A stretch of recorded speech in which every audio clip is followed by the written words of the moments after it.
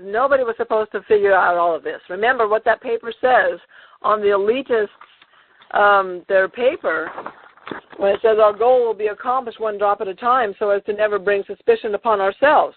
This will also prevent them from seeing the changes as they occur. We will always stand above the relative field of their experience, for we know the secrets of the absolute. We will work together always and will remain bound by blood and secrecy. Death will come to he who speaks. We will keep their lifespan short and their minds weak while pretending to do the opposite. We will use our knowledge of science and technology in subtle ways so they will never see what is happening. We will use soft metals, aging accelerators, and sedatives in food and water, also in the air. They will be blanketed by poisons everywhere they turn. The soft metals will cause them to lose their minds. We will promise to find a cure from our many fronts, yet we will feed them more poison. The poison will be absorbed through their skin and mouths. They will destroy their minds and reproductive systems. From all this, their children will be born dead, and we will conceal this information. The poisons will be hidden in everything that surrounds them, in what they drink, eat, breathe, and wear. We must be ingenious in dispensing the poisons, for they can see far. We will teach them that the poisons are good, with fun images and musical tones. Those they look up to will help. We will enlist them to push our poisons. We will see our products being used in film and will grow accustomed to them and will never know their true effect. When they give birth, we will inject poisons into the blood of their children and convince them it's for their help. We will start early on. When their minds are young, we will target their children with what children love most, sweet things. When their teeth decay, we will fill them with metals that will kill their mind and steal their future. When their ability to learn has been affected, we will create medicine that will make them sicker and cause other diseases, for which we will create yet more medicine. We will render them docile and weak before us by our power. They will grow depressed, slow, and obese. When they come to us for help, we'll give them more poison. We will focus their attention toward money and material goods so they may never connect with their inner self. We will distract them with fornication, external pleasures, and games so they may never be one with their oneness of it all. That sounds like Rumsfeld with the swine flu. Uh-huh. Their minds will belong to us, and they will do as we say. If they refuse, we shall find ways to implement mind-altering technology into their lives. We will use fear as our weapon. We will establish their governments and establish opposites within. We will own both sides. We will always hide our objective, but carry out our plan. They will perform the labor for us, and we shall prosper from their toil. Our families will never mix with theirs. Our blood must be pure always, for it is the way. We will make them kill each other when it suits us.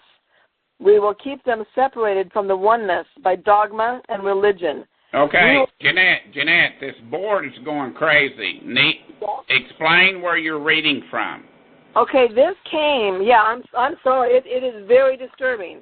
It came from the Elite Network, and this goes into the Illuminati, and what their mission objective is for the people around the world. And that's the topic that we're on with this banking and the money and what they're doing to all of us.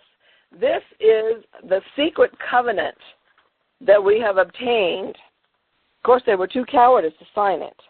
But it explains what the Illuminati does, and the Illuminati has made it very clear that if, and this is a quote, if the Americans knew what we were doing, they would know that they are anything but free.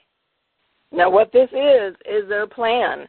It gets worse. We will establish their governments and establish opposites within. We will own both sides. We will always hide our objective but carry out our plan. They will perform the labor for us, and we shall prosper from their toil. Our families will never mix with theirs.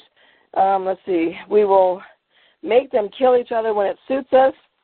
We will keep them separated from the oneness by dogma and religion. We will control all aspects of their lives and tell them what to think and how. We will guide them kindly and gently, letting them think they are guiding themselves. We will foment animosity between them through our factions. When a light shall shine among them, we shall extinguish it by ridicule or death, whichever suits us best. Now, you guys have to remember the Jesuit oath. Now, you put that together with this, and you're getting real close to home. Yeah, well, okay. so they use Loeffner in Arizona. Okay, let me finish. That's true. That's exactly right. You got to think about the MK Ultra project. Okay, we will make them rip each other's hearts apart and kill their own children. Now, this is going to sound really bad, folks, but just let me finish. We will accomplish this by using hate as our ally, anger as our friend. The hate will blind them totally, and never shall they see that from their conflicts we emerge as their rulers. They will be busy killing each other. That's why they sell guns for everybody in the ghetto, to kill everybody. That's why they sell the drugs. That's why they're doing everything they're doing, to keep everybody under control. Okay? They will bathe in their own blood and kill their own neighbors for as long as we see fit. We will benefit greatly from this, for they will not see us, for they cannot see us. We will continue to prosper from their wars and their deaths. We shall repeat this over and over until our ultimate goal is accomplished. We will continue to make them live in fear and anger through images and sounds. We will use all the tools we have to accomplish this. The tools will be provided by their labor. We will make them hate themselves and their neighbors. We will always hide the divine truth from them, that we are all one. This they must never know. They must never know that the color is an illusion. They must always think they are not equal. Drop by drop, we will advance our goal. We will take over their land, resources, and wealth to exercise total control over them. We will deceive them into accepting laws that will steal the little freedom they will have. We will establish a money system that will imprison them forever, keeping them and their children in debt. Now, this is a Rothschild tactics, guys, okay? When they shall band together, we shall accuse them of crimes and present a different story to the world, for we shall own all the media. We will use our media. We will use our media to control the flow of information and their sentiment in our favor. When they shall rise up against us, we will crush them like insects, for they are less than that. They will be helpless to do anything, for they will have no weapons. We will recruit some of our own to carry out our plans. We will promise them eternal life, but eternal life they will never have, for they are not of us. The recruits will be called initiates, and will be indoctrinated to believe false rites of passage to higher realms. Members of these groups will think they are one with us, never knowing the truth. They must never learn this truth, for they will turn against us. For their work they will be rewarded with earthly things and great titles, but never will they become immortal and join us. Never will they receive the light and travel the stars. This is Illuminati language. They will never reach the higher realms, for the killing of their own kind will prevent passage to the realm of enlightenment. They will never know. This they will never know. The truth will be hidden in their face, so close they will not be able to focus on it until it is too late. Oh, yes, so grand the illusion of freedom will be that they will never know they are our slaves. When all this is in place, the reality we will have created for them will own them. This reality will be their prison. They will live in self-delusion. When our goal is accomplished, a new era of domination will begin.